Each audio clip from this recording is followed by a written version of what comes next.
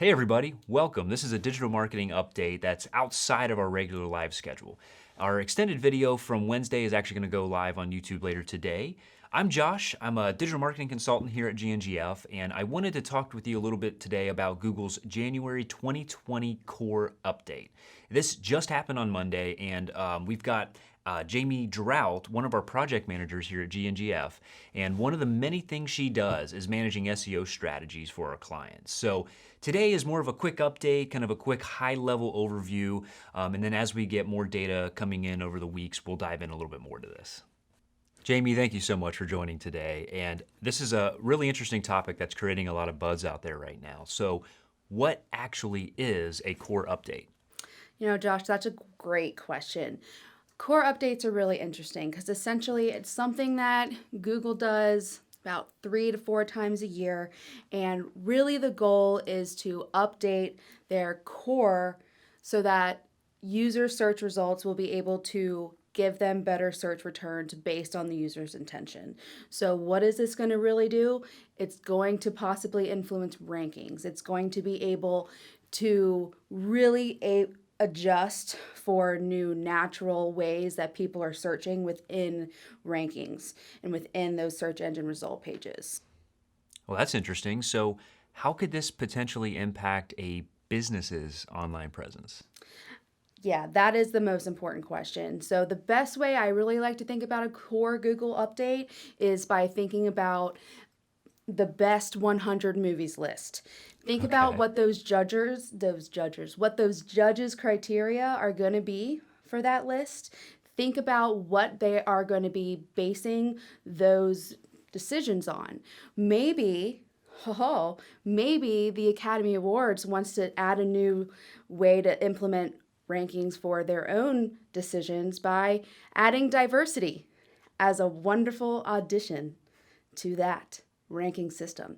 So let's say they added diversity in there. That is going to change the entire way people are going to be rating these movies. So the whole list is going to have to be updated. It doesn't mean that this movie isn't good anymore. It just means that there are better ones out there that is going to be able to qualify with what that person is searching for. So really what it's going to be influencing? It's going to be influencing your rankings. It's not necessarily going to mean that your site's bad. It's just going to mean that there are more players out there and search engines are really updating for the natural way people are searching things. Like the last biggest update that Google did, our BERT update, that was the biggest change that they had to the industry in the last 5 years. So this update is definitely going to be influencing key rankings. Okay, and so when you say better, that mostly has to do with relevance? Yes. Okay. It's going to be relevancy to the searcher's intent, not necessarily keywords anymore. They're going towards more intent. Like someone could be searching, hey, I'm in Brazil and I need a passport. Well, sometimes before it would just pop up an article about, oh, this is what you need to do to get a passport in Brazil, instead of taking you exactly to where you need to get your visa in Brazil. Does that make sense? Yeah, it sounds like Google wants to keep spam out of the first page. Yes, exactly.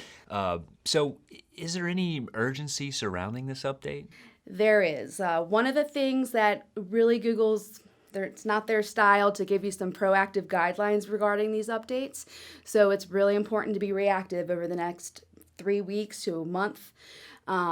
Really important to be looking at things like your data. Important to be looking at your rankings, important to be looking at the industry and looking at blogs that are going to be telling you what exactly this update is going to be influencing. You know, we've already been hearing whispers from search engine land and roundtables that they have been seeing some significant drops on people's pages. Oh, wow. Yeah, so it's very unpredictable and you can't really determine what's going to be shifting until you start seeing it in the data, unfortunately. So that's kind of where our industry is really playing with the updates that Google is making. Well, that could probably sound a little scary maybe to some of our viewers. So that being said, Are there any ways that right now you recommend to combat the potential repercussions of this update?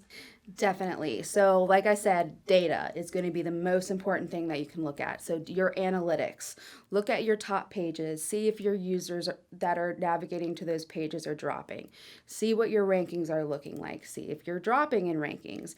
If you're using any tools like SEM Rush, that's a great way to be monitoring your rankings in that capacity. Another great tool is Mozcast. They have a really nifty way of giving you kind of a weather forecast of the digital marketing SEO landscape for that day. So, for instance, on Monday when the release dropped, so January 13th, the forecast was at 98 degrees. So that's kind of like, oh, really hot. We're really getting up there. We're really seeing some changes. So paying attention to tools like that, look at blogs that are related to your industry, listen to what people are saying because it's going to be really relevant, like I said, for over the next 1 to 2 months. Excellent. What would you say to someone who is being contacted by somebody to kind of help them prevent any negative repercussions of this update? I think it's really going to be based on strategy. If anyone gives you any promises, I'm sorry, but I'm going to be one of those people that says don't listen to them. The marketing industry is very, very volatile. It is a fast changing environment, and the best way to work with someone is through a strategic partnership. It's through an understanding that both of you are going to be working together to try and combat these types of changes in a strategic way that's based on data, and it's not just someone throwing lots of things and lots of tasks at you to complete. Lots of things saying, oh, I'm going to promise to get you on this page. No, make sure that they know what they're talking about, they know the updates that these are coming out, and they know how to really combat those changes. Well, that kind of reminds me of a video Chris and I just recently did. Anything else you'd like to tell the viewers, Jamie? Not really. Just the best thing is to think about content strategies throughout the next year.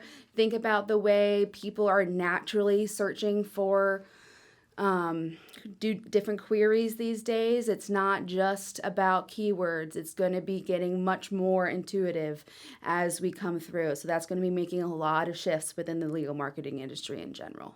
And would you suggest using tools like incognito browser searching? I mean, basically free Yes. stuff. Yes, yeah.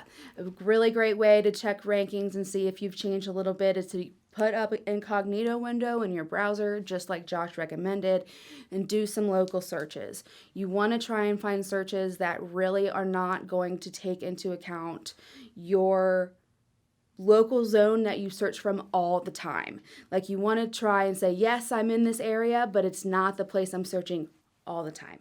So using that incognito window is going to give you a little bit more protection in that area to give you some better results as you're searching.